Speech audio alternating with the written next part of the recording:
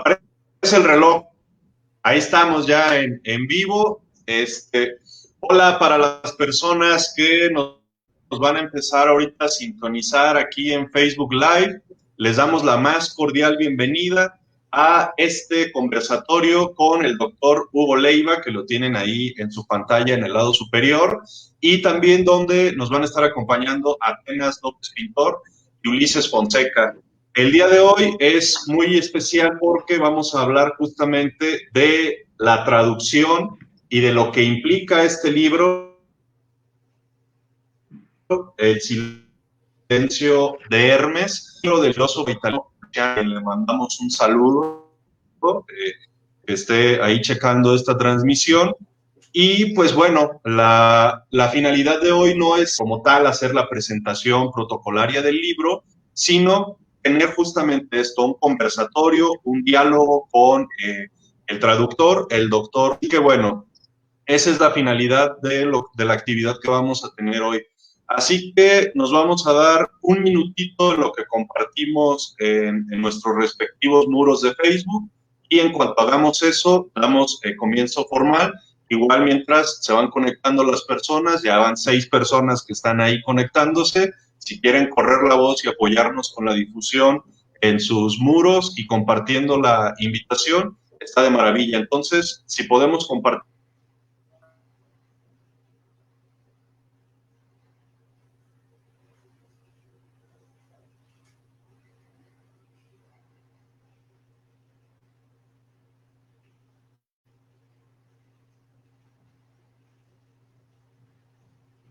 de la actividad que vamos a tener hoy. Entonces, si podemos compartir.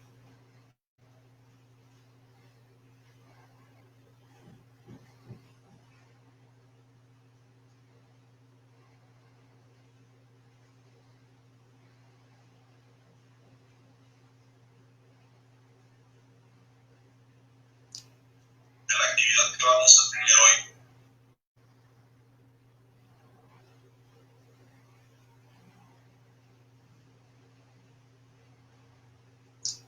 De la actividad que vamos a tener hoy.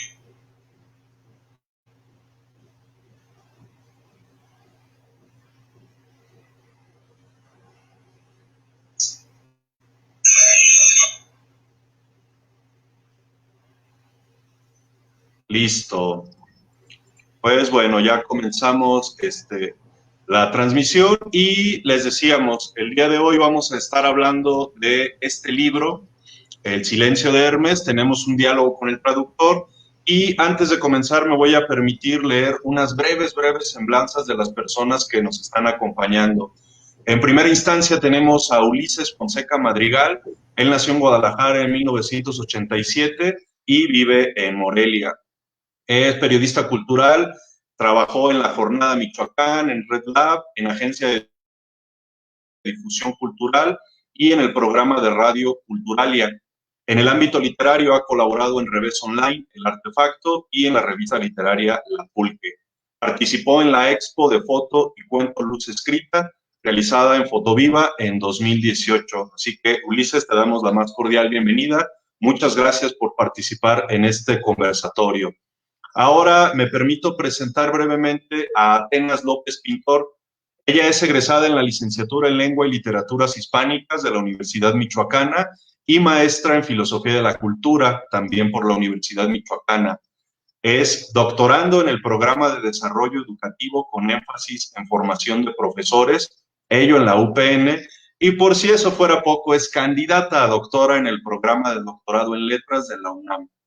Paralelo a sus estudios literarios, ha desarrollado una formación musical en el CEDAR Miguel Bernal Jiménez, en la Escuela de Música Sacra, en el Conversatorio de las Rosas y posteriormente en Bellas Artes en la Universidad Michoacana. Actualmente se desempeña como profesora en la UNAM, en ES Morelia y en la Universidad Michoacana de San Nicolás de Hidalgo. Así que, Atenas, te damos las gracias y también la bienvenida. Y, claro está, presentamos a el doctor Hugo Leiva Sánchez.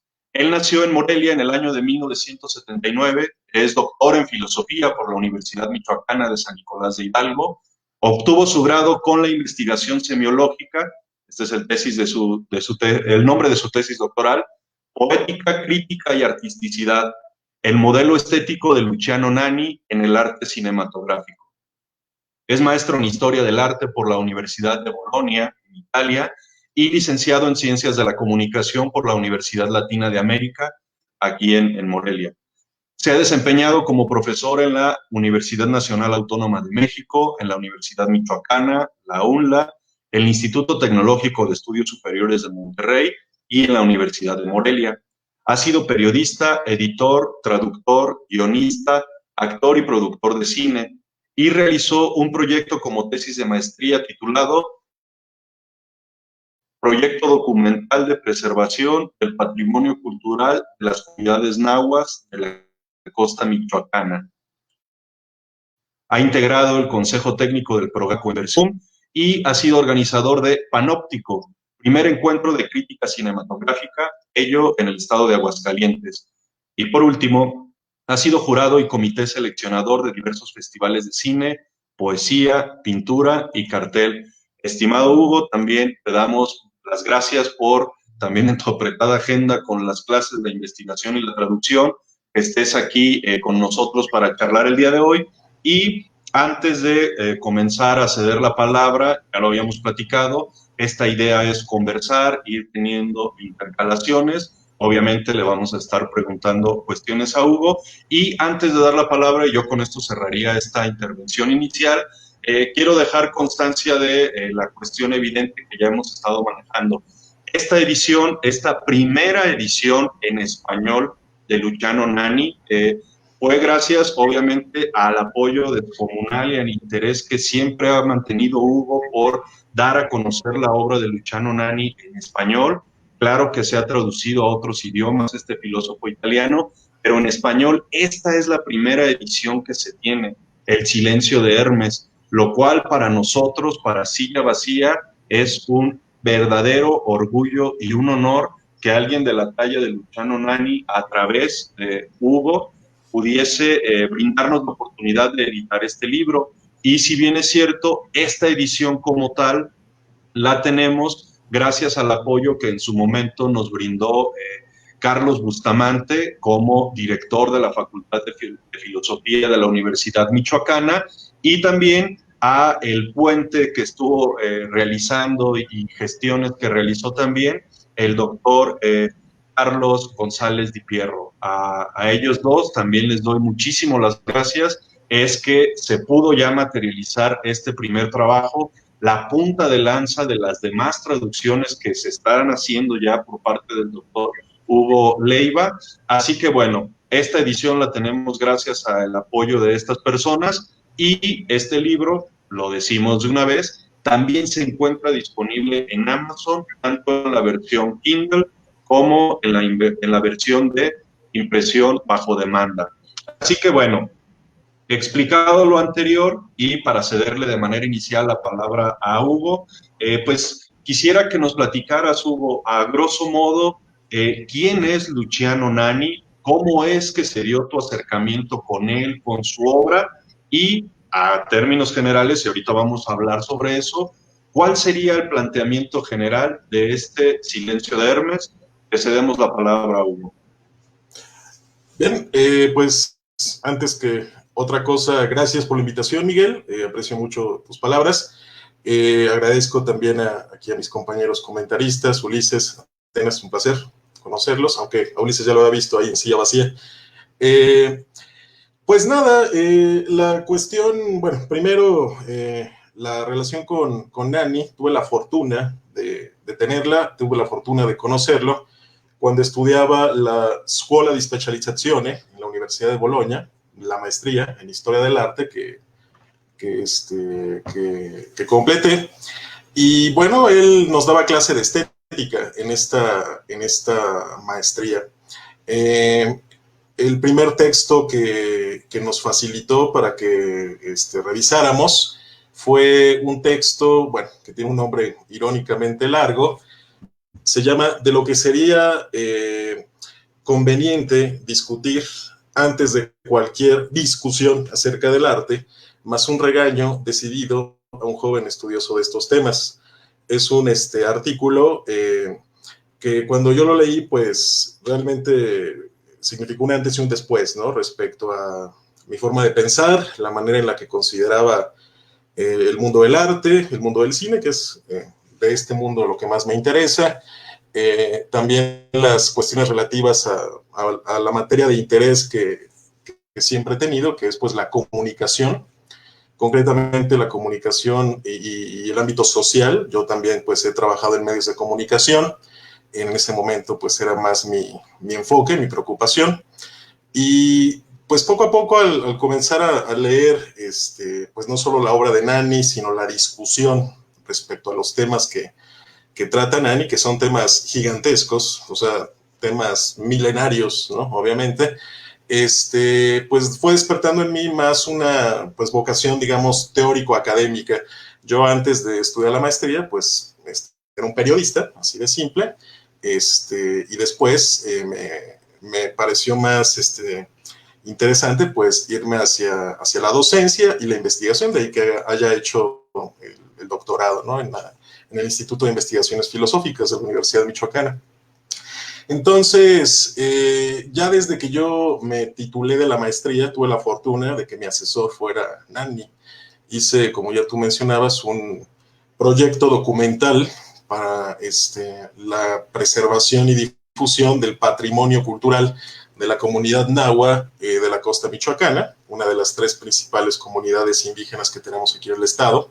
En ese momento no muy conocida, no, bueno, hasta la fecha no es que lo sea tanto, pero más que entonces sí. Y bueno, pues era una cosa coyuntural que a mí me interesaba y pues bueno, sobre eso discutí mi tesis en la maestría. Entonces, pues tuve la fortuna de que Nanni me guiara, utilicé su método para distinguir justamente los niveles epistemológicos en los que me pensaba mover esto de patrimonio, difundir, o sea, la praxis respecto a una cierta valorización ideológica, ¿no? Bajo una cierta perspectiva cultural, cómo puede ser respaldada, cómo es necesario tal vez que sea respaldada por una perspectiva científica. Entonces ya desde aquí pues voy marcando 2 temas muy importantes a lo largo del libro, ¿no? La dialéctica entre praxis y ciencia, estos 2 niveles que, bueno, históricamente desde los inicios de la filosofía de alguna manera han sido discutidos, pero tal vez concretamente más sistemáticamente a partir de Aristóteles, ¿no?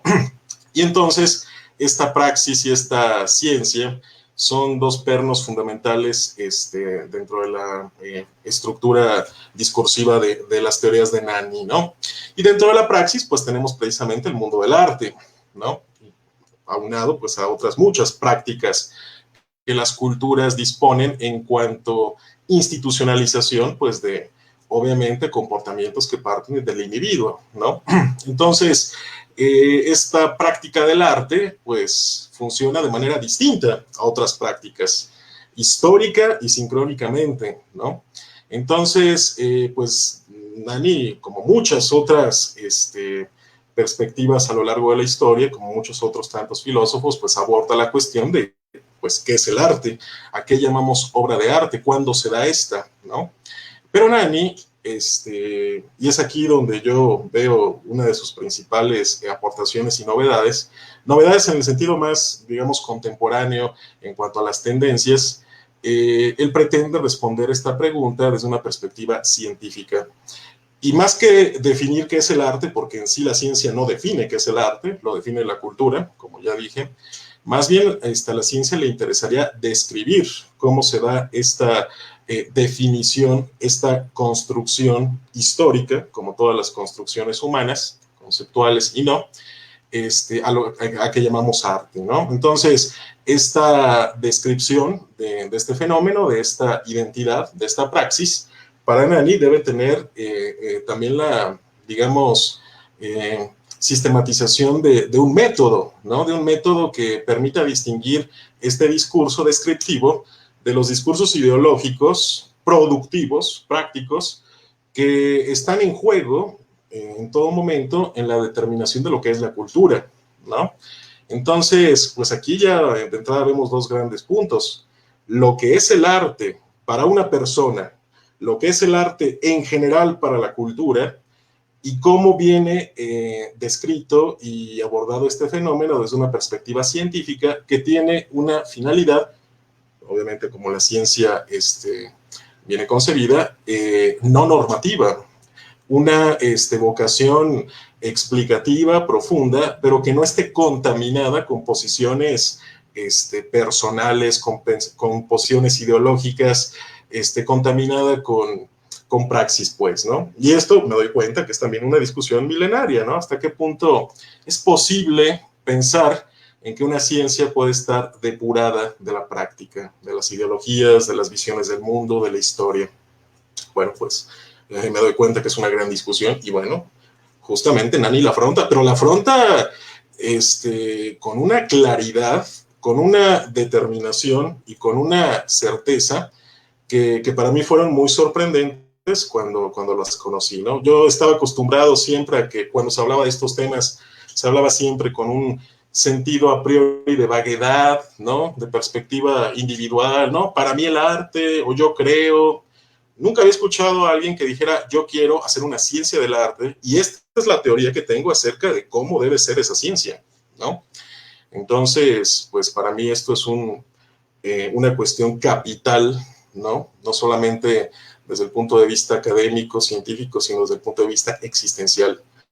Es decir, cómo podemos pues movernos en distintos niveles epistemológicos, cómo podemos movernos a partir de nuestros usos, de nuestras intencionalidades, hacia aquello que llamamos realidad. Y bueno, pues entender a partir de estas tomas de conciencia cómo es que se construyen las cosas del mundo, ¿no? Y esto, por derivación, pues me llega hasta a mí mismo, ¿no? ¿Qué significa ser Hugo Leiva? ¿Qué significan las prácticas que le dan sentido a este objeto material, a este cuerpo, ¿no? Cómo es que debemos también tener la capacidad de distinguir, ¿no? Cuando una propuesta, cuando una identidad, cuando una praxis se nos vende como absoluta, natural, ¿no? Ahistórica, o sea, de manera mítica, pues, ¿no? Lo que llamaría un mito, precisamente, no sé, Roland Barthes, por ejemplo. Y esto nos pone también en una perspectiva de tener un pensamiento complejo, crítico y autodeterminante, libre, ¿no? En la construcción de ese mundo. Entonces, pues de eso va, ¿no? El libro en general. Y sobre todo, pues, pensar cómo es que estas prácticas tienen que ver con el tema de la comunicación, porque pues hay de entrada no quiero decir mantra, suena muy dogmático, digamos un leitmotiv, ¿no? a lo largo del libro, que es precisamente que la comunicación no existe, ¿no? No existe de acuerdo a la definición tradicional que se nos ha enseñado desde pequeños, que podemos encontrar en el diccionario. Es decir, no existe la comunicación como transmisión de pensamientos, sino como constante y pertinente recodificación, tanto individual como cultural. Y pues bueno. Claro que sí. Esa sería la cosa. Bueno, ahí a ese respecto, yo veo que Atenas saca sus anotaciones y demás. Atenas, ¿querrías hacer algún comentario o preguntarle algo a Hugo? Yo te veo con tus anotaciones y todo, y yo sé que hiciste la tarea, porque ya habías leído el libro desde antes y por eso te invitamos para acá. Entonces, Atenas, te cedemos la palabra, y a las personas que están conectadas, muchas gracias. Si nos hacen alguna pregunta aquí para el traductor Hugo Leiva, aparece aquí en el muro de Silla Vacía y con mucho gusto la compartimos. Así que les recordamos, estamos en este diálogo con el traductor Hugo Leiva, que tradujo este libro, El silencio de Hermes, del filósofo italiano Luciano Nani. Así que, Atenas, adelante, la palabra es tuya. Bueno, pues muchas gracias, y primeramente pues agradecer mucho a Silla Vacía, tanto la invitación como la publicación de este libro, que nos lleva a enfrentarnos con autores emblemáticos y muy diversos, ¿no? Podemos incluso encontrar tantos vínculos con la física, con la lingüística, con el arte, con la filosofía, incluso con la propia música, que es algo que siempre se espera encontrar. Y bueno, vamos a ver que en este libro es interesante cómo Luciano Nani va hablando pues diálogos de repente con Platón, con Duchamp, con John Cage, con Husserl, Pitágoras, Susan Langer, etcétera, que nos da como todo este bagaje. Si bien podríamos pensar que este libro es muy especializado, es interesante, me hizo muy interesante cómo el autor tiene una didáctica, ¿no? Cada uno de sus, digamos, de sus propuestas las va siempre ejemplificando y esto le permite al lector entenderlo de una manera muy dinámica. Incluso el propio Luciano Nani en algún momento se convierte en ejemplo de su propio libro.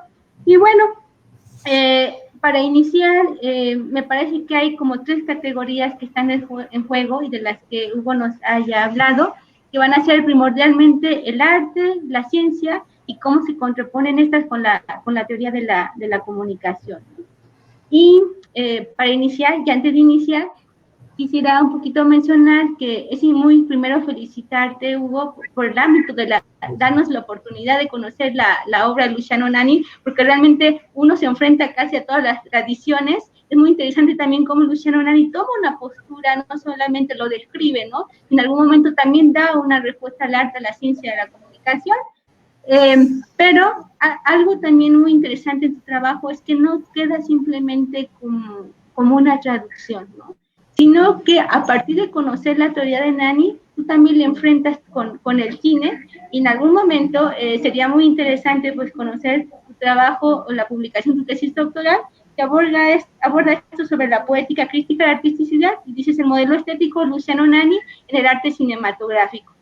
Bueno, habiendo como delineado estos parámetros, inicio un poquito con esto que mencionaban, bueno, ¿quién es Luciano Nani? Creo que una manera de conocerlo pues es a través de su obra, y qué mejor que con esta primera traducción al español, El silencio de Hermes. Y empiezo con esta imagen primordial del silencio de Hermes. En sus primeras hojas, Luciano Nani, digamos que refiere o entiende esta figura del silencio, y dice, o lo encontramos en la premisa de su libro, ¿no? Dice, en busca de un signo, de una imagen que fuera capaz de simbolizar, digamos así, la unidad profunda de este libro, más allá de la coyuntura que parece organizar su forma, fue inspirado por la figura de Hermes, si bien se tratase de un Hermes distinto de su acepción más común y superficial, no el Hermes mensajero, sino el Hermes ícono del silencio. Se dice que cuando, en medio de una agitada conversación, caía de improviso un instante de silencio, los griegos exclamaban, pasa Hermes. Haciendo un poco alusión a esta figura, lo voy a reconstruir en 2 partes para después hacer una formulación. Yo identifico, pues, en primero Luciano Nani me entra el cuestionamiento, bueno, ¿por qué elegí esta figura del silencio?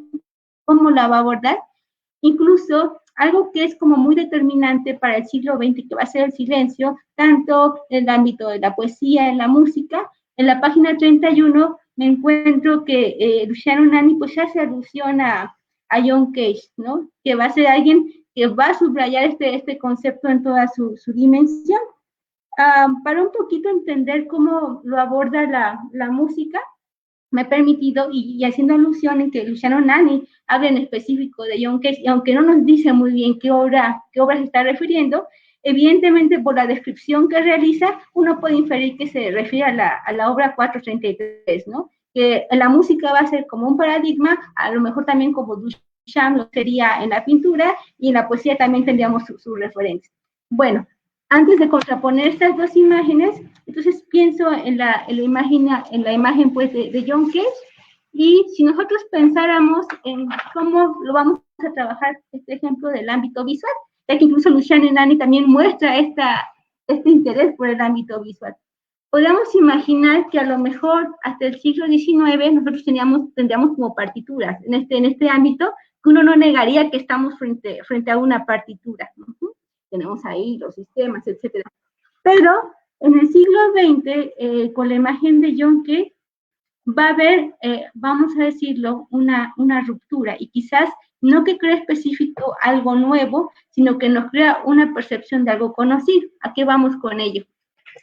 John Cage crea, o bueno, digamos, propone una obra que se llamaría 433, en donde si comparamos cómo a lo mejor teníamos una partitura acá en el siglo, hasta el siglo XIX, que incluso de UCI ya va a haber muchos parámetros del siglo XX, curiosamente podríamos cuestionarnos, bueno, cómo la partitura que nos propone John Cage, vemos que ya no hay, digamos, de una manera muy sencilla, ya no hay notas, no tengo una clave de sol, no tengo una clave de fa, y uno se cuestiona, ¿qué está pasando?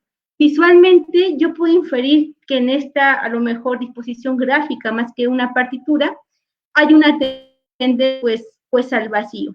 Pero más allá de esta intuición, vamos a ver cómo sería quizás descodificar esta obra de la que hace alusión Luciano Nani en John Cage. Bueno, si nosotros vemos, al menos vamos a ver de los elementos que sí podríamos identificar, es que tenemos 1, la instrucción Tacet, 2, Tacet y 3, Tacet. Bueno, ¿cómo lo descodificaríamos? Imaginemos que compramos un boleto muy caro para ver la interpretación de un pianista muy famoso, que en este caso es David Tudor, alguien que ha recorrido todas las tradiciones, etc. Pero, ¿qué sucedería si estamos vamos a ver el concierto, el piano, entre el pianista de manera su traje, muy elegante, etc., y todos estamos a la expectativa de escuchar la obra? Pero resulta que David Tudor se sienta en el piano y comienza lo que sería el primer movimiento. En este primer movimiento, el pianista abre la tapa del piano y hace que va a tocar, ¿no? Pero curiosamente, pasan 30 segundos de este primer movimiento y no ha tocado ninguna nota y cierra la tapa del piano. Entra entonces a nuestro segundo movimiento, lo tenemos, y entonces el pianista de nuevo abre la tapa del piano, hace que va a tocar una obra, pone las manos encima del teclado, pero no articula ninguna nota, y en esta ocasión dura 2 minutos con 23 segundos. Y tengo un tercer movimiento, como lo tenemos acá, donde de nuevo entra el pianista, abre la tapa del piano, hace que va a tocar la obra, pues cierra finalmente el piano, da las gracias y se retira. Ante una situación así, evidentemente entran muchos cuestionamientos que serían referidos en la obra de Cage. Pero uno de los primeros elementos es preguntarnos, bueno, imaginemos en este elemento de silencio absoluto, cuando nosotros estamos frente a algo que no esperamos, que podemos pensar que no hay sonido, que no hay música, etcétera, evidentemente se produciría en el público elementos de ruido, a lo mejor podría ser un celular, podría haber los murmullos de inconformidad frente a lo que está pasando. ¿Y qué queremos decir con todo ello? John Cage, en esta obra, John Cage era un compositor, filósofo, etcétera, que había conocido varias tradiciones de la música electroacústica concreta, su técnica de piano preparado, etcétera, pero que John Cage nos esté diciendo algo así, como sucedía con Duchamp en su momento, hace pensar entonces en varios elementos. Primero, ¿qué es lo que la obra me está diciendo? ¿Dónde encuentro la música?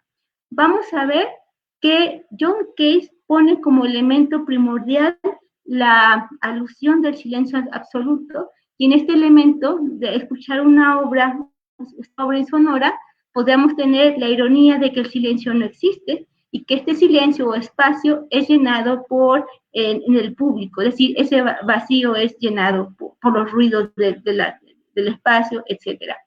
Otro elemento es que se pone en juego el ámbito pues, de la ironía, ¿no? Sentirse burlado como espectador.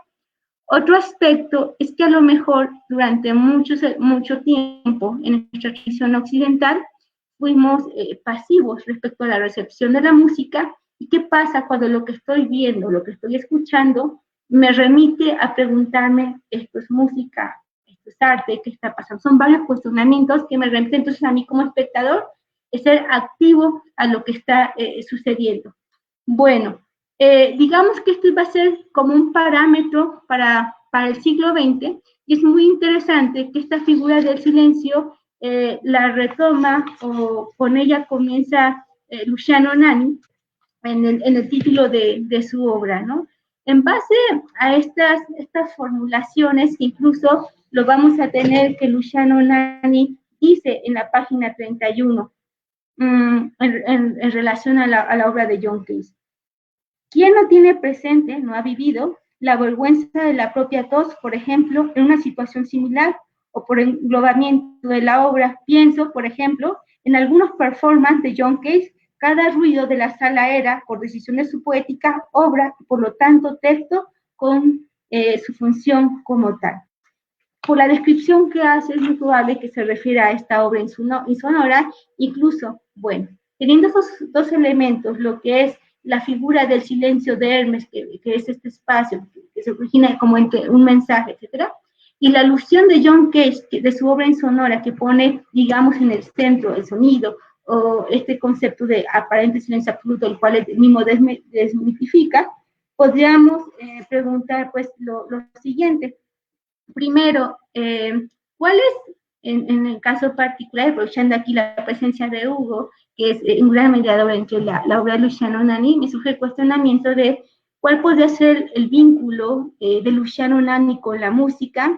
Podemos encontrarnos de algunas conferencias que hablen de este vínculo, y desde qué perspectiva pues está abordando Nani el silencio, puesto que se configura como un elemento central de su obra, ¿no? No sé si podemos concebir el silencio como un espacio por ser llenado, un espacio para la creación, para el pensamiento. En ese sentido, ¿cuál sería también la concepción que Nani asimila o propone del silencio respecto a su obra, antes de comenzar a desarrollar estos conceptos como el arte, la ciencia y la comunicación? Claro, Atenas, muy interesante este planteamiento que haces. Yo diría que el silencio puede entenderse como símbolo, metáfora de varias cosas, pero restringiéndome más hacia el pasaje que tú citabas y también la conexión que haces con el ejemplo de John Cage, pues vemos cómo la figura de Hermes representaría este silencio, no en su acepción tradicional, como bien recordabas ahorita, de, digamos, ser el dios mensajero, ¿no? El que lleva el mensaje de un polo a otro, sino Hermes en su acepción de ángel fundador, ¿no? De la aurora. Es decir, esta entidad que hace posible que exista la plaza, ¿no? Que exista el día, que exista la interacción, que exista la sociedad, el ágora, ¿no? El punto en el que las personas se entrecruzan. Por eso es que se mencionaba pues, en el libro esta tradición, ¿no? Por parte de los griegos, de que cuando alguien se queda callado en medio de una acalorada o bulliciosa tal vez conversación, pues se dijese, acaba de pasar Hermes. Así como decimos tal vez ahora, bueno, tal vez ya últimamente no, pero pasó un angelito, ¿no? Cuando igual también se hace uno de estos silencios improvisos. Entonces, ligo esto a lo último que tú dices ahorita, ¿no? El silencio como algo que está a ser llenado, el silencio como la condición sobre la cual se puede construir el sonido, se puede construir la vida, se puede construir el intercambio, se puede construir la realidad, en pocas palabras. Esto en un primer punto, yo decía al inicio que se puede entender de varias maneras, ¿no? Yo creo que también se puede entender como esta necesidad de la ciencia de partir de una saludable autorreflexión, silenciosa precisamente, donde no se entra en juego con este bullicio que caracteriza el mundo contemporáneo, con este protagonismo de la subjetividad, ¿no? De decir la propia, de establecer siempre pues una determinación, una opinión, ¿no? Si no determinamos la realidad, hay una alternativa, nos dice Nani, y esta alternativa es describir esa realidad ya creada, ¿no?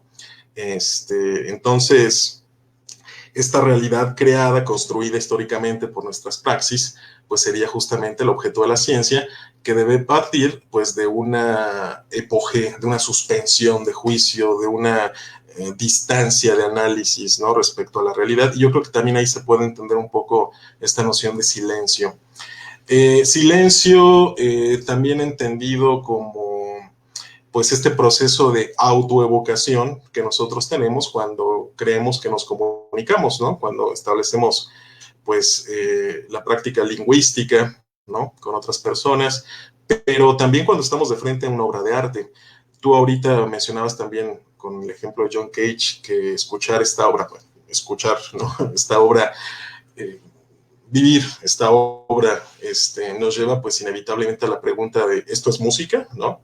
¿Qué onda con esto que rompe con todos los paradigmas de lo que yo creía que era estructuralmente la música? Entonces, creo que ese silencio también se refiere a esta necesidad de reflexionar, de autorreflexión, de autoevocación para poder construir el mundo.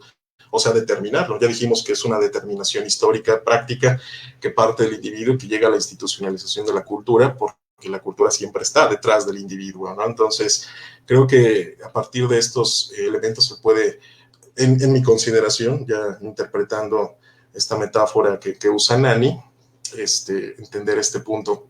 Entonces, pues sí, creo que en el caso de la obra de John Cage, tú ahorita hacías ver estas partituras, justamente esa conciencia que creo que es bastante difundida en toda la cultura artística del siglo XX, es una cultura de autorreflexión, de, digamos, necesidad de tener siempre, aunada a la práctica artística, la reflexión filosófica acerca de esa práctica. O sea, bajar la ciencia hacia la producción artística en este caso, ¿no?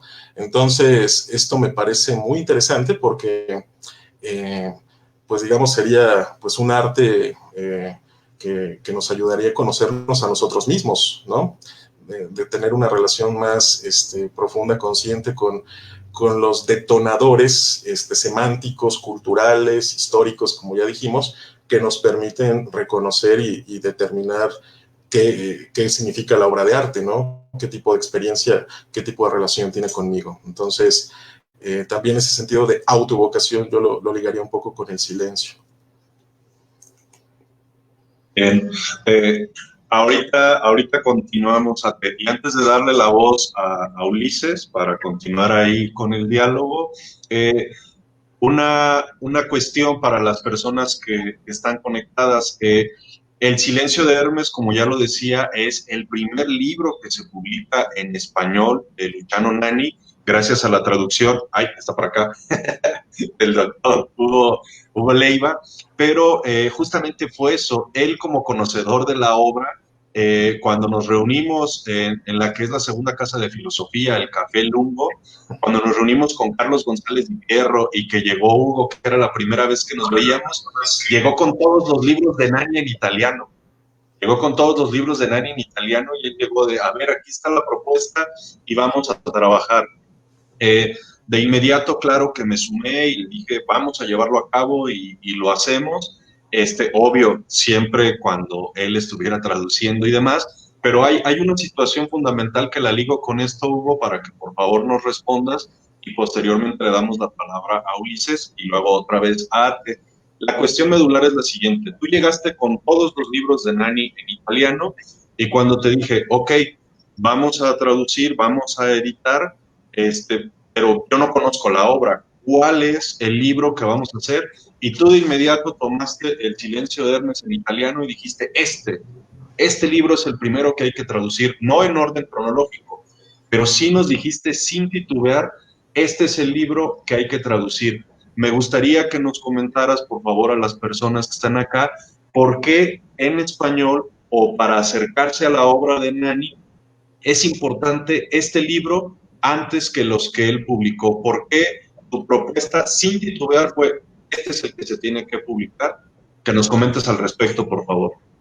Claro que sí, Miguel. Y bueno, antes de responder, y bueno, para hacer esto un poco menos tal vez rígido e informal, pero no por ello menos profundizario, no sé si les moleste que fume, o sea, no es una falta de respeto, o sea, por eso se los digo. Yo sé que no estamos juntos, pues, pero...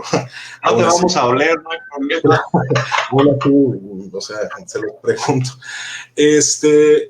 Sí, este libro lo pensé como el primero, el más pertinente, el más conveniente para iniciar esta pues, aventura editorial, porque a mi juicio, bueno, aparte de que era uno de los más recientes, esto es un libro que se publicó en Italia en el 2002, ya casi tiene 20 años, de hecho.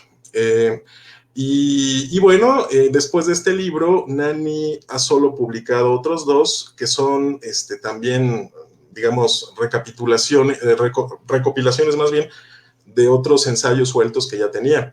Además de que también El silencio de Hermes pretende ser esto, ¿no? Una suerte de panorámica general unificada, y esta es otra también de las cosas que me parecen más importantes dentro de las tantas aportaciones de Nani, es ofrecer esta teoría unificada que incluye pues todos estos temas, ¿no? Que ya hemos estado comentando, creo que vamos a empezar a comentar. Entonces, El silencio de Hermes trata, digamos, de todo un poco dentro de esta perspectiva panorámica de Nani, y todo esto que trata ocupa su lugar dentro de la gran arquitectura teórica acerca de la construcción, pues, de una estética, sobre todo, bueno, mejor dicho, una fenomenología estética, y también, pues, una teoría de la comunicación. Entonces, además, y eso es otra cosa que también un poco señalaba Atenas, yo creo que también el libro tenía la ventaja, que un poco lo podemos ver también en otros, pero en más, que está redactado pensando en, pues sí, un público amplio, o sea, si bien pues son asuntos especializados que también se tratan de forma, pues a veces muy prolija, digamos que los temas se abordan desde una perspectiva alejada, sobre todo del uso de cierto tipo de terminologías, porque luego uno, pues, lee estos libros más especializados y prácticamente tienes que aprender otra lengua, ¿no? La lengua del aparato teórico, terminológico de la perspectiva y de la disciplina del autor. Entonces creo que Nani hace gala también de una gran dote didáctica, que bueno, personalmente me consta que la tiene, es un gran profesor, y que podemos ver también que se liga a su propia historia personal. Él ha sido, bueno, durante mucho tiempo fue profesor de primaria en Italia, ¿no? Antes de, digamos, de dedicarse más hacia la teoría. Y la manera en la que explica algunos ejemplos centrales, de manera, si se quiere, reiterativa, pero no una reiteratividad hueca, así, digamos, para hacer rollo, una reiteratividad que de alguna manera te va aclarando cada vez más por qué dijo eso la primera vez. Uno puede tal vez comprender algo la primera vez que lo escucha, pero si luego lo va relacionando con otros ejemplos y te vuelven a repetir eso, aparte de que va quedando más claro, va quedando más asimilado hacia uno mismo, uno empieza también a ver las múltiples conexiones que en un primer momento que creía haber comprendido ese concepto, no vio, ¿no? Entonces, a mí me parece el hecho de que, por ejemplo, tenga dos ejemplos, sobre todo de manera muy puntual, como frecuencia de citación, pues son el ejemplo de Werner Heisenberg, del principio de incertidumbre, y también el ejemplo de Saussure, acerca de la distinción entre gramática y lingüística, ¿no? O sea, entre ciencia y práctica, otra vez. Entonces, creo que con estos dos ejemplos, y luego también con otros también que nos va repitiendo, como el de Giorgio Prodi, ¿no? Y otras conexiones ya, digamos, históricas con muchos filósofos distintas tradiciones, pues me parece que es muy didáctico, ¿no? Va quedando claro. Debo decir que el estilo de escritura de Nani es complejo, o sea, y bueno, ahí también lo digo desde el punto de vista de la traducción, ¿no? Tiene algunas de estas construcciones sintácticas que ponen a pensar realmente, ¿no? Para traducir de la manera más conveniente posible, pero creo que esto también habla de otro aspecto de su historia personal, el aspecto del Nani literato. O sea, Nani, y esto me lo dijo también a mí directamente, pues se interesa en el ámbito de la ciencia, en el ámbito de la teoría, porque vienen estas preguntas desde el punto de vista práctico, artístico, literario. Él siempre ha tenido una relación muy estrecha con la escritura como fenómeno, como totalidad, ¿no? De hecho, muchas de sus obras, también Atenas mencionaba ahorita que tiene mucha relación con lo visual. De hecho, él es actualmente, bueno, ya tiene rato haciéndolo, pero él es sobre todo actualmente artista visual. De hecho, tiene un cierto género de obras, las criografías, escritura de hielo, hablando de escritura precisamente, que hablan de esta preocupación, ¿no? Del grafos, de la representación, pero no nada más, sino también del acto fenoménico de construir estas expresiones, ¿no? Y también esta reflexión filosófica, obviamente, autorreflexiva, que ya habíamos mencionado hace rato, pero también ligada hacia esta vinculación con la naturaleza, ¿no? Me gusta mucho esta definición que da de su propia práctica artística de las coreografías como ready-mades naturales, ¿no? Y ahí otra vez entra en juego otro ejemplo recurrente, el ejemplo del escorrebotellas de Duchamp, ¿no? A lo largo del libro. Entonces, pues Nani también hace ready-mades, nada más que él ni siquiera va a comprarlos a la palería como le haría Duchamp, ¿no? Sino que hace que la naturaleza los haga y él los repropone, ¿no? Los propone, mejor dicho, como obra. Siguiendo también un poco el ejemplo de John Cage, ¿no? Digamos que la naturaleza, el sonido, así digamos en bruto, así de todos los días, cotidiano, se vuelve arte por determinación de una poética, no por una codificación determinada en el sentido estructural. Ya nos mostró Atenas la diferencia entre las partituras tradicionales y las nuevas, y las de Cage, que nada dicen touch it, ¿no? O sea, silencio, básicamente, tachere. Y pues sí, sobre eso creo que podemos entender tanto la cultura contemporánea. Muchas gracias, Hugo. Pues bueno, tú dale, no te vamos a oler, no te preocupes. Ulises, ahí mientras Hugo prepara su tabaco, algo que quieras comentarnos al respecto, bienvenido al diálogo. Hola, sí, gracias. Pues bueno, a mí me agrada mucho que hagas énfasis en esta cuestión didáctica que tiene el libro, ¿no? Sobre todo porque creo que es una cuestión que puede atraer a más lectores. Creo que en ocasiones tener un libro de esta naturaleza puede como ahuyentar a ciertas personas porque se tiene como cierta percepción de que son lecturas muy especializadas. Entonces, pues por eso agradezco mucho que hayas inferido en esta parte de que, a pesar de que es un texto complejo, realmente tiene esta naturaleza didáctica y no lo hace tan complicado para un lector que no está, digamos, iniciado en la filosofía o que no estudió propiamente filosofía como tal. Por otra parte, me gustaría pues preguntar o que nos hablaras de manera un poco breve sobre los siguientes títulos, ¿no? ¿Cuántos títulos más van a acompañar al Silencio de Hermes? Que realmente es como un libro introductorio a toda una serie. Los otros son más específicos. Bueno, más bien preguntarte si los siguientes libros hacen énfasis en un tema más específico o cuál es este contenido, ¿vale? Perdón, se me ha olvidado el micrófono clásico, ¿no? Todas las videollamadas. Sí, ya dijimos que el Silencio de Hermes pues, fue elegido, entre otras cosas, por tener esta perspectiva panorámica, digamos, de síntesis recopilatoria dentro de una perspectiva pues, más reciente, ¿no? De publicación del libro original. Porque sí, ciertamente hay otros libros que son realmente muy específicos, especializados con el uso de la terminología de la disciplina, que concretamente pues es la semiótica, la semiología y pues la fenomenología, ¿no? Pero ya hablo concretamente de lo que sería nuestro cuarto libro, si todo va bien, que sería por una nueva semiología del arte, donde pues sí ya hace una discusión muy microscópica y puntual acerca pues de de cómo no nada más la semiótica en el arte debe ser estudiada, sino también de cómo debe entenderse propiamente la semiótica, ¿no? O la semiología, ¿no? Usándolos de manera indistinta.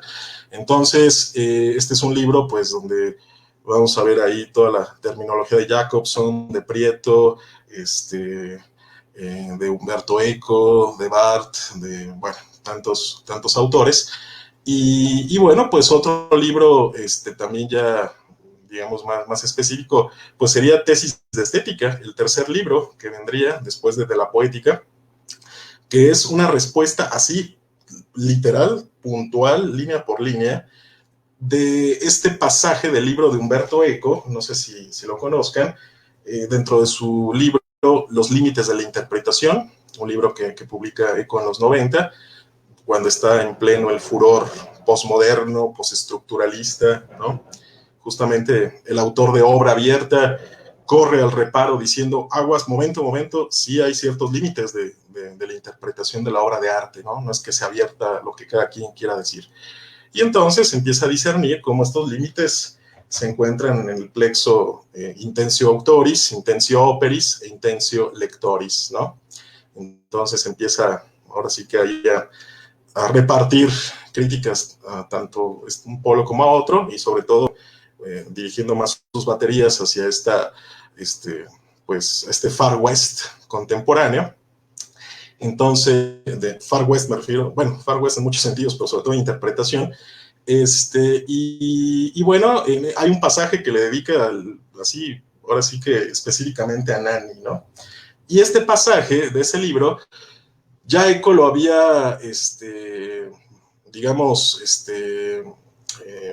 expreso en público en una conferencia donde se presentó el libro de Nanni por una nueva semiología del arte, donde Eco pues leyó muy rápidamente sus críticas al libro y pues prácticamente no le dio chance a Nanni a responder, ¿no? Entonces, ya en ese momento en Bolonia había una gran expectativa respecto a este duelo. Ese es otro aspecto que no había mencionado cuando se me preguntó al inicio con Miguel acerca de quién era Nanni, cómo lo conocía. Bueno, más allá de cómo lo conocí yo, pues Nanni es un profesor realmente muy significativo para la Universidad de Bolonia. Es un profesor realmente muy querido, que ha formado a tantas generaciones, y cuando se publicó por una nueva semiología del arte, había, pues ahora sí que una guerra, si se podría decir, dos bandos, ¿no? Dentro de estas asignaturas de estética y de semiótica. La de semiótica la impartía Eco en Bolonia y la de estética Nanni. Y bueno, este duelo lo tienen ya, bueno, lo tenía, lamentablemente Eco ya falleció, desde hace pues 40 años, ¿no? Más. Y pues todo el mundo se congregó en esa ocasión en la biblioteca del Arquigimnasio para escuchar, sí, me parece que fue ahí, para escuchar esta presentación del libro de Nanni y escuchar pues finalmente a Eco contra Nanni, ¿no? Así ya tenerlos ahí como en un ring. Y dice Nanni que pues sí fue algo un poco, digamos que se desilusionó al auditorio porque pues Eco mató ahí todas las expectativas de debate, ¿no? Porque pues bueno, no se prestó ahí para la discusión, pero Nanni dijo, le voy a responder pues por escrito, y publicó este libro, Tesis de Estética, en respuesta a Umberto Eco. Entonces ahí se va todavía mucho más a lo específico respecto a lo que dice Eco, que a su juicio encuentra de equivocado en Nanni. ¿Qué otros libros? Pues bueno, hay otros más adelante, como Contradogmáticos, otros libros como este libro dedicado a Roland Barthes acerca de la crítica a esta idea de escritura cero, ¿no? Y bueno, algunos otros ensayos sueltos que también tratan de algunas cosas específicas. Y bueno, de hecho, el más inmediato se me estaba olvidando, el de la poética, que es el que se va a publicar ya, esperamos, próximamente, a finales de este año, al límite, que es justamente una reflexión acerca de cómo debe entenderse la poética. Poética entendida como producción artística, como reflexión que nos lleva a la producción artística, ¿no? Un poco recuperando esta idea de poiesis tradicional.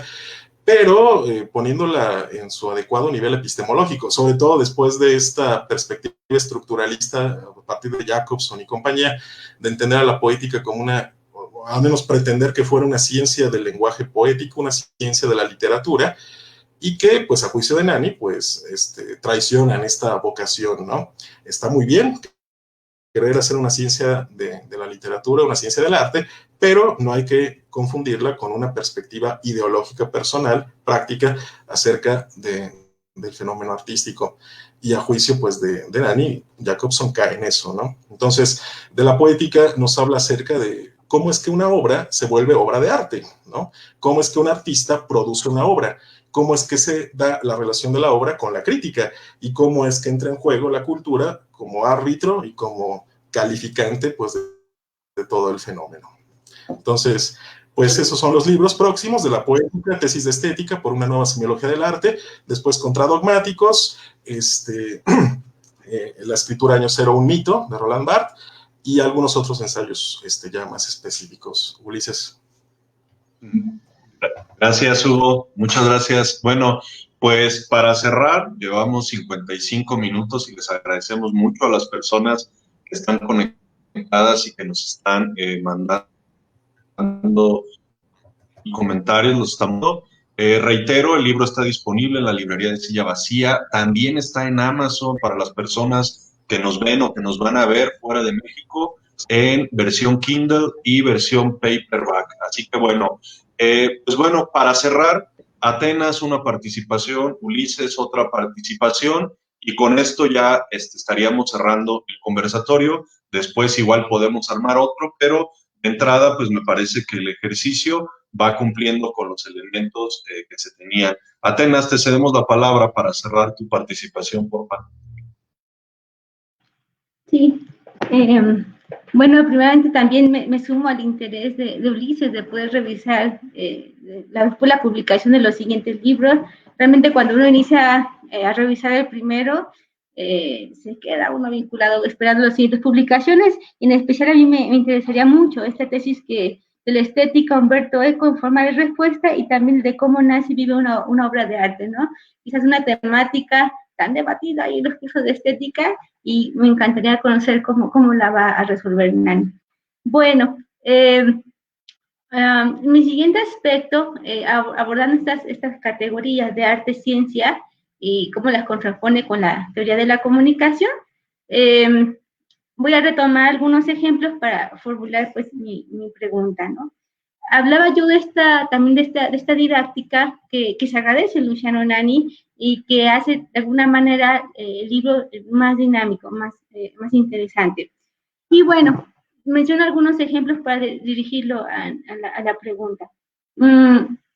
Es curioso cómo estas teorías o estas reflexiones respecto al arte nos las va ejemplificando con referentes muy específicos. Y digamos que en cada uno de estos ejemplos nos va enseñando lo que él quiere darnos a conocer. Y lo voy citando en algunos ejemplos.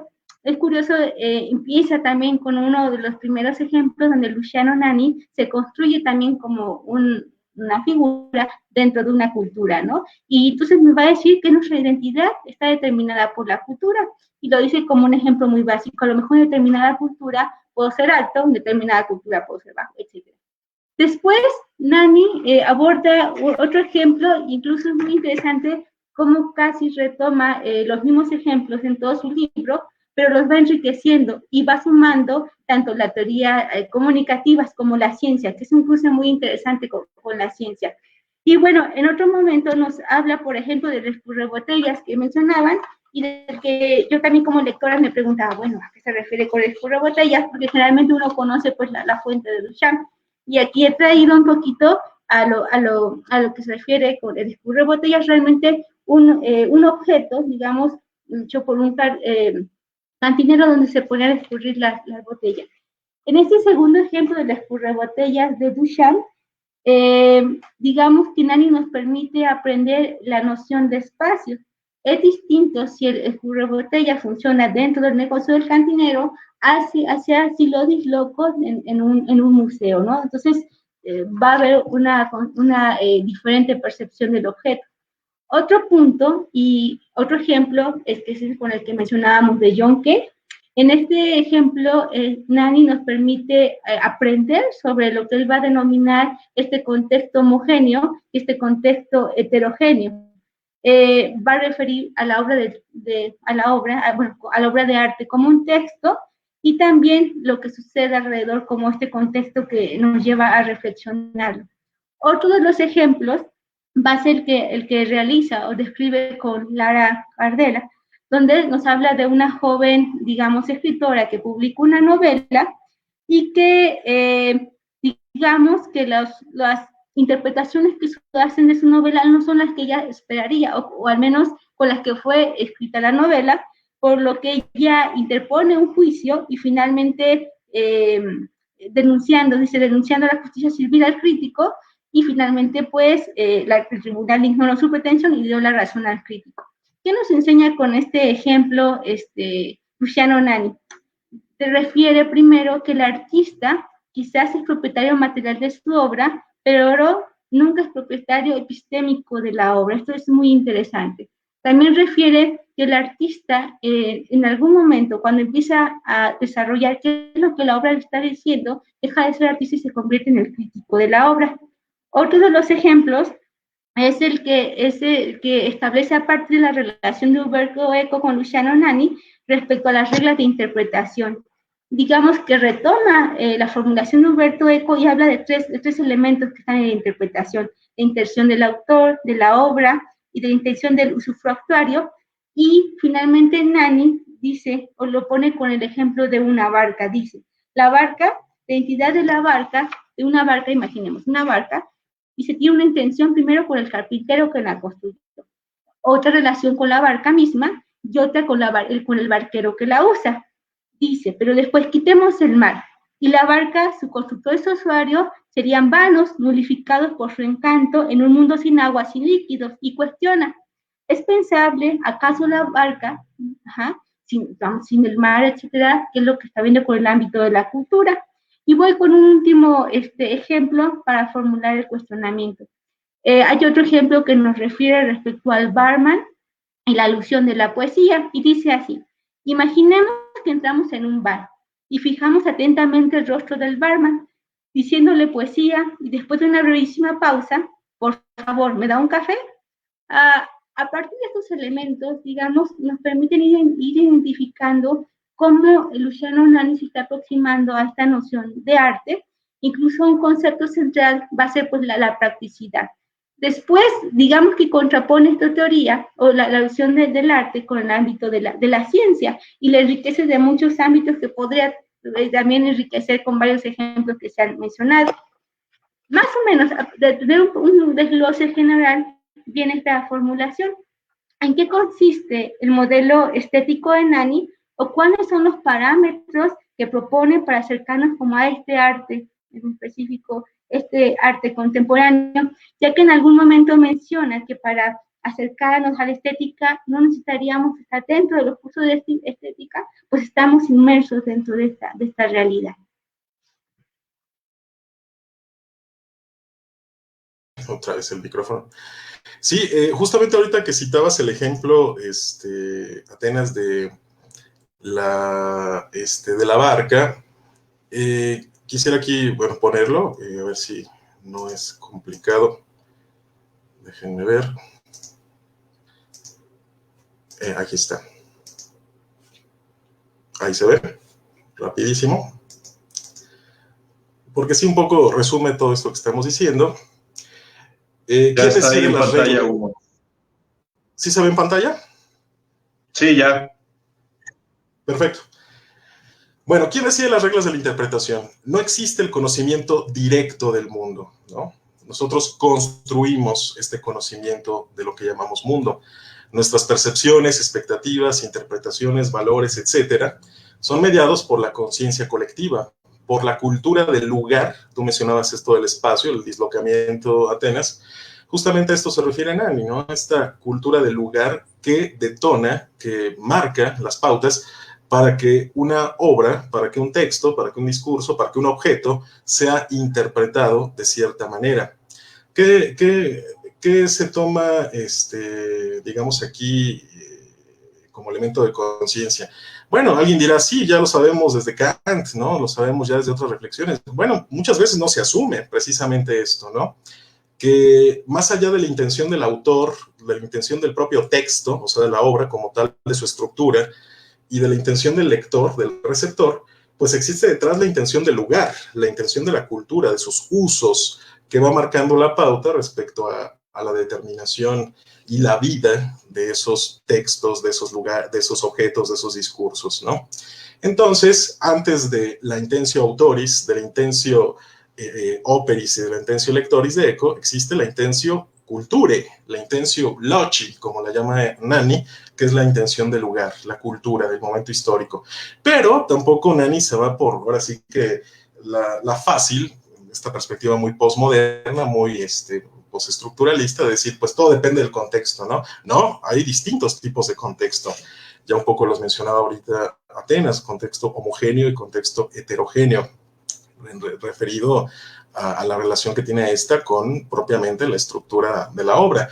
Pero, ante todo, entendiendo los códigos pragmáticos que van recodificando precisamente ese objeto. Y otra vez entra en juego esta cuestión de la autovocación, de la autocomunicación, de la polisemia, y cómo se explica esta, del arte contemporáneo. Entonces, pues nuestros juicios, sentimientos, dentro de nuestra particularísima subjetividad, hacen referencia a instituciones culturales de significado, a prácticas. El lenguaje no nombra cosas, nombra funciones, nombra prácticas, precisamente. Entonces, la interpretación la decide el lugar, el tiempo y el lugar, ¿no? Una pintura del siglo XVI no será interpretada de la misma manera 5 siglos después, como también una instalación de arte conceptual, pues tampoco se interpretaría de la misma manera en el medievo, por ejemplo, ¿no?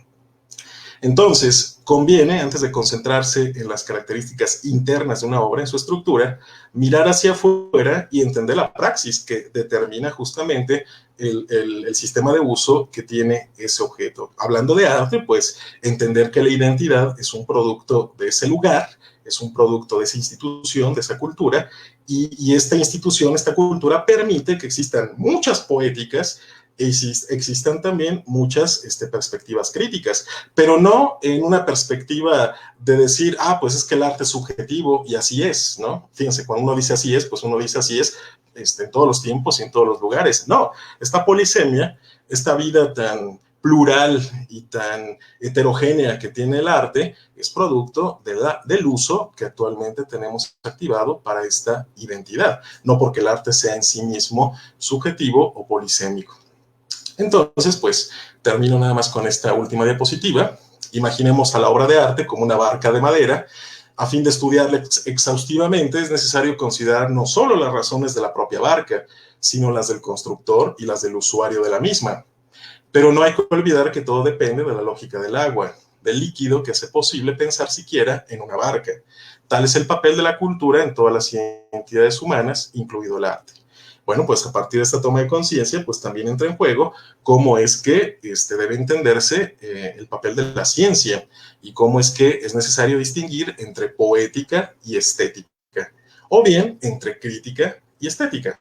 Es decir, esta ciencia que describiría el fenómeno más allá de las determinaciones individuales que entran en juego en su vida, pues, cotidiana. Y pues nada, esa sería la cuestión. Muy bien, Hugo. Pues bueno, le damos también la palabra a Ulises para ir cerrando, Ulises, y ya al final hago también un comentario y con esto ya vamos a ir cerrando. Adelante, Ulises. Sí, gracias.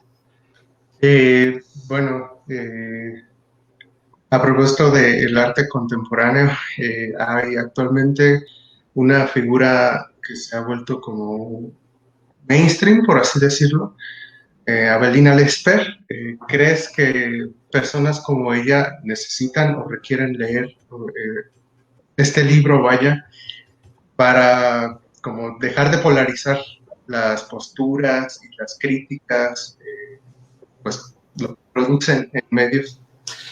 Fíjate, Ulises, que sí y no, y ahora te explico por qué, pero antes de eso diría que yo creo que la misma Avelina Lesper ya sabe todas estas cosas. nada más que, pues creo que se hace, ¿no? O le gusta fomentar estas diatribas y esta, pues, lógica de la guerrilla, sobre todo pues porque ya tiene un personaje, ¿no? Mediático, al cual pues rendir cuentas. Entonces me pregunto yo si sabe o no sabe estas cosas. Yo creo que sí, pero bueno, ahora respondo por qué sí y por qué no. Desde la perspectiva de por qué sí, sería conveniente que no solo Avelina Lesper, sino cualquier crítico, pero también cualquier artista, conocieran a Nani. Precisamente me parece importante en la medida en la que tomarían conciencia de cómo es que funciona el fenómeno en el que están inmersos, cómo es que funciona la práctica arte, más allá de la idea que yo tengo de arte. A veces digo esta frase un poco truculenta, pero va a parecer provocadora, pero creo que no lo es tanto. Digo a veces que en muchas ocasiones el que menos sabe qué es el arte es el artista. Entendido esta frase como que el artista pues ve su propia poética, ve su propia visión del arte, valga ahí la redundancia, entiende el arte que quiere, puede y debe entender dentro del mundo en el que vive, ¿no? Y entra ahí en juego toda la particularísima historia personal de cada uno, ¿no? Pero no nada más existe esa forma de entender el arte, de ese artista en particular, o de ese movimiento en particular, de esa poética en particular. Existen muchas otras, hablando del mundo contemporáneo, porque estamos hablando del arte contemporáneo, por ahí comenzó Ulises. Entonces el arte contemporáneo, a diferencia de otros momentos históricos, permite para la producción de aquello que se llama obra de arte, muchos métodos y muchas motivaciones y muchas expectativas distintas. Entonces, para entender profundamente a qué llama el siglo XX, XXI arte, creo que sería reductivo, y más que reductivo, falseante, o digamos, algo que nos haría perdernos, solo concentrarnos en una visión individual del arte. Y eso es lo que dice a fin de cuentas Saussure, y es a fin de cuentas también la vocación de Jacobson y de los de la Escuela de Praga y todos estos. Quieren hacer una ciencia que distinga la particularidad de la descripción objetiva de esa realidad. Y yo sé que me meto en una gran discusión cuando digo esto. Hay gente que sostiene hoy en día, y es una tendencia creo que pues, bastante difundida, que no existe esta objetividad, que no es posible la ciencia en primer lugar, mucho menos la del arte, ¿no? Bueno, pues hay que leer este libro y pues cada quien que se haga su propio criterio. Obviamente, pues yo considero que sí es posible una ciencia del arte y la consideraría necesaria en ese sentido del sí, porque me permite como creador, además de conocer mi propia práctica, ser más libre, ¿no? Tener la conciencia de por qué hago lo que hago y por qué soy libre de hacerlo y por qué no debo tal vez sujetarme a los condicionamientos de la crítica, del mercado y de toda la parafernalia de este mundo, ¿no? No sé, yo creo que el conocimiento nos hace libres en ese sentido, nos hace tomar decisiones con una panorámica mayor y nos da opciones, ¿no? Por eso sí. Ahora explico por qué no. Porque Avelina Lesper es una crítica que tiene todo el derecho de decir lo que dice. Justamente de eso estamos hablando, que la cultura artística es polisémica, permite al crítico, con una justificación y fundamentación a partir de su perspectiva, decir prácticamente cualquier cosa de la obra. Y esto es algo legitimado, insisto, por la praxis contemporánea. Ya ahorita Atenas mencionaba el caso de Lara Cardella, que es una escritora que demandó a un crítico porque no le gustó su interpretación. Dijo, no, tú no entendiste para nada mi novela, es más, me estás difamando lo que quise decir con la novela. Bueno, pues el juez le dio razón al crítico, no a la autora. Y tampoco estamos diciendo nada nuevo aquí, ¿no? Ya desde hace mucho se decretó la muerte del autor, ¿no? Como aquel que tenía, ahora sí que la propiedad epistémica, como bien recordaba ahorita Atenas, acerca de lo que significa precisamente la obra, ¿no? Esta muerte del autor que ha sido ya tan discutida, ¿no? Las teorías de la recepción, los estudios culturales, bueno, no sé, no quiero ahorita meterme justamente en esos detalles, pero convendrán conmigo el mismo Humberto Eco, ¿no? Que es uno de los enemigos de Nani, ¿no? Pues también dice, el autor después de construir su obra debería morir. Y curiosamente lo dice en la postilla del Nombre de la Rosa, ¿no? Bueno, sabemos que le gustaba ser irónico a Eco. Pero el punto es que, bueno, uno ve la obra y uno, pues, ahora sí que hace con ella lo que pueda, ¿no? Porque también esto lo dice Nani, el crítico no dice lo que quiere, El crítico dice lo que puede, lo que es pertinente a su visión justamente del mundo. Entonces, pues actualmente la cultura legitima que, porque existe democracia, libertad de expresión, cultura de inclusión, todo lo que quieras, tener una visión legítima de acerca de lo que significa la obra para mí, ¿no? Y otra vez, ¿por qué no conviene estudiar el arte a partir de solo esa perspectiva individual ideológica? Porque no me da la perspectiva de todo, ¿no? Y esa es la diferencia entre estética y poética y crítica, es decir, esta diferencia entre praxis y ciencia. Entonces, la fundamentación y ya los detalles de todo esto obviamente los encuentran en el libro, pero me parece a mí que son argumentaciones realmente convincentes. Muchas gracias, Hugo. Pues ese Ulises parece que me copió la tarea porque yo quería hacer esa pregunta, pero gracias porque ya te anticipaste. Y justamente era en este sentido, Hugo. Si bien es cierto que el libro aborda cuestiones teóricas, cuestiones técnicas, también lo es cierto, como ya lo decía Atenas y como se ha dicho en la charla, que el estilo de Nani es muy pedagógico, el reiterar los ejemplos, el irnos diciendo las cosas y lo que tú mismo decías, que ya después de tiempo volver a leer y decir, ah, caray, creo que me está diciendo algo más. En este sentido, justamente esto que acabas de comentar me parece maravilloso, ¿no? Hoy en la mañana estaba con unos escultores a los que les mando saludos, a Cuauhtémoc, a Rubén, al maestro Matías en la fundición, y les hablaba justamente de esto. Ahorita por ahí andan conectados algunos, y les decía esto, deben leer ese libro, no porque lo hayamos hecho nosotros, sino porque realmente van a encontrar muchas preguntas y muchas respuestas al respecto de su quehacer cotidiano. Por eso, algo que yo me preguntaba justamente era eso.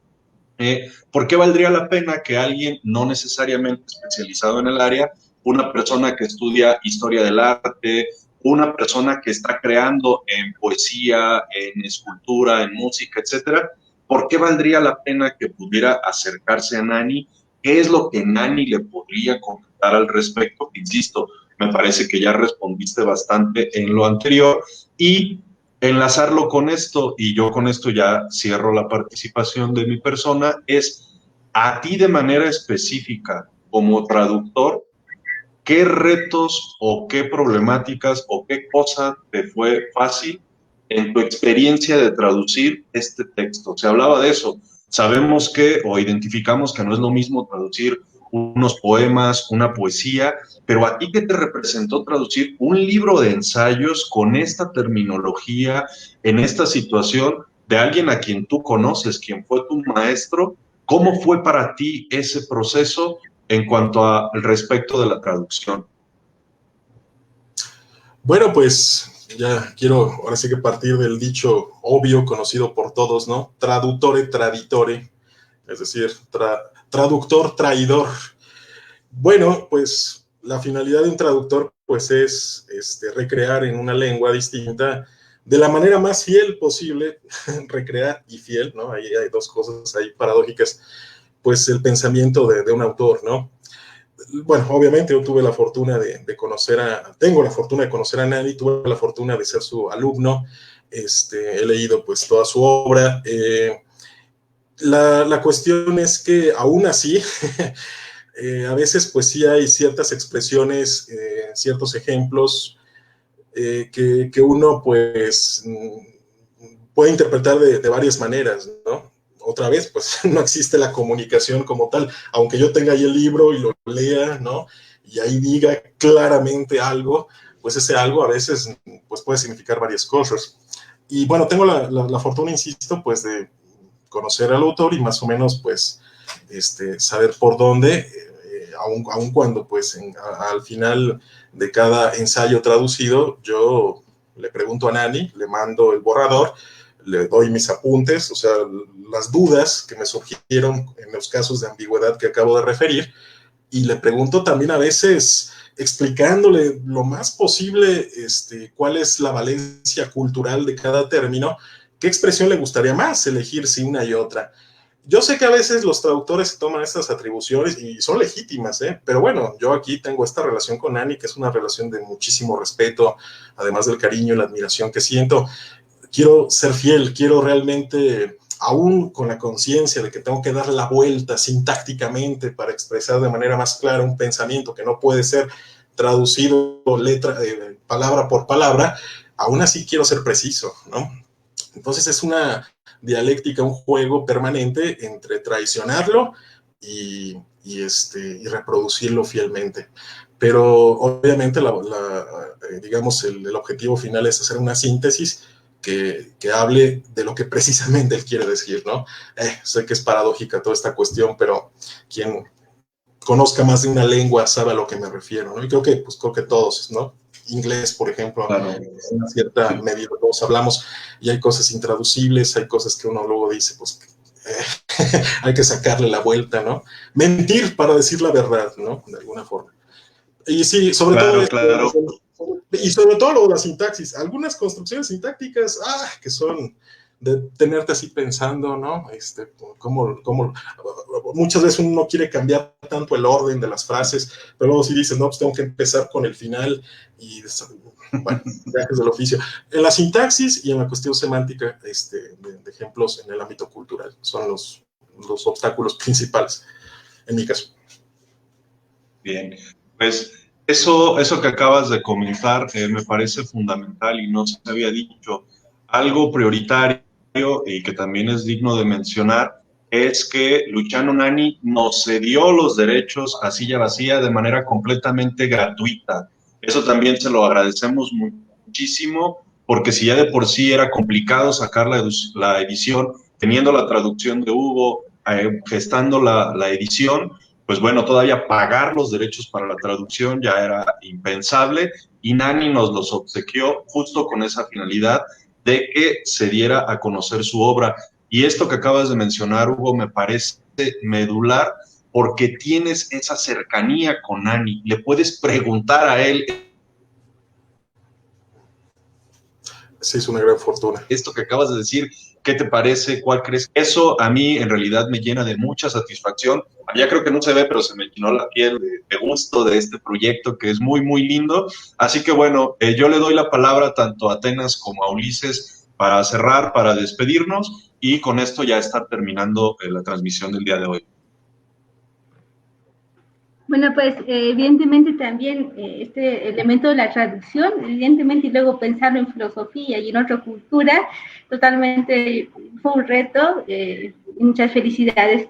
Bueno, pues para finalizar, simplemente invitar a todos los que nos escuchan a acercarse a la obra de Nani, a leer este libro, que realmente este tipo de encuentro nos permite conocer un poco, pero también...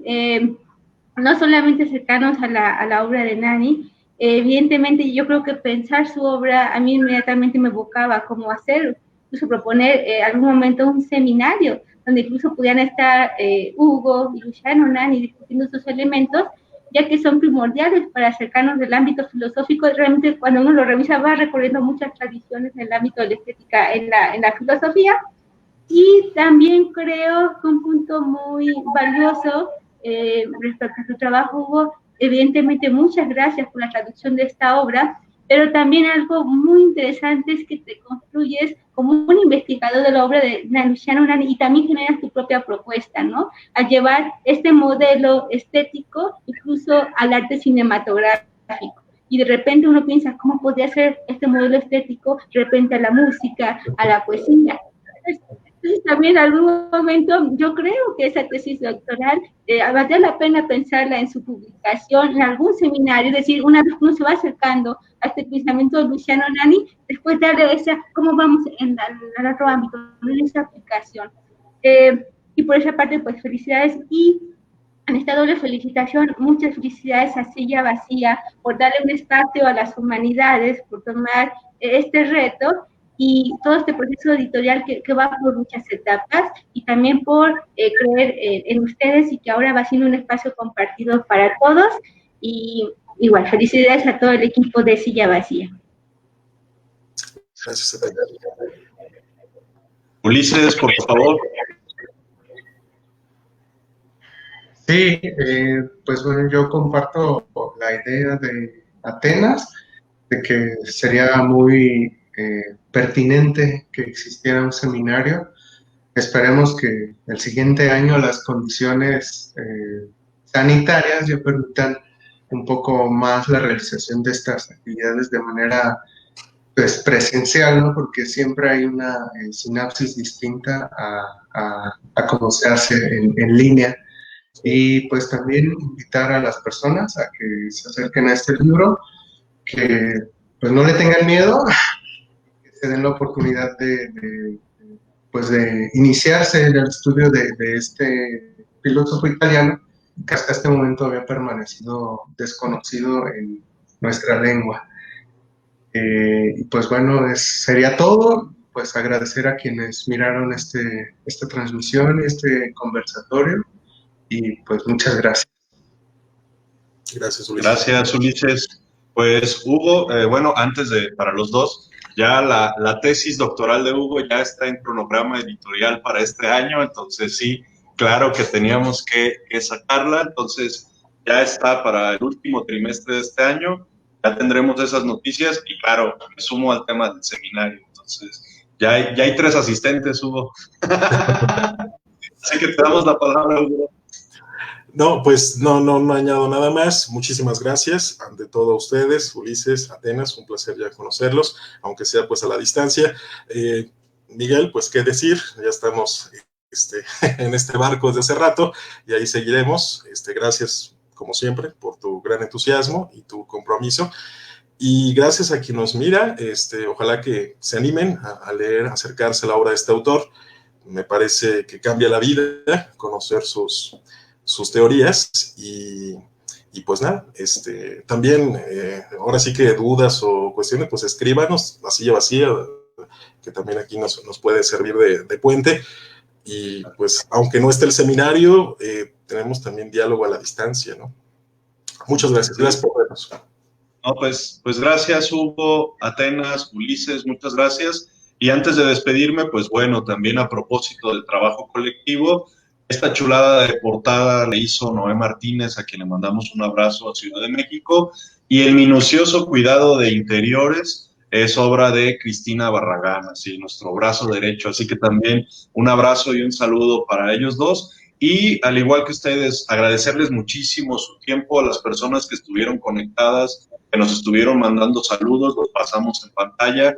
Muchísimas gracias, de nuestra parte vamos a seguir trabajando y solamente recordarles, tenemos el libro El silencio de Hermes disponible en la librería de Silla Vacía, también está en Amazon en la versión Kindle, versión paperback, es impresión bajo demanda, así que como dicen, hay que acercarnos a esto. Les agradecemos mucho a las personas que estuvieron conectadas, a quienes gracias a esta magia de la tecnología que va a permanecer ahí el video. Muchísimas gracias. Hugo, Atenas, Ulises, buenísima vibra. Nos vemos. Gracias. Chao.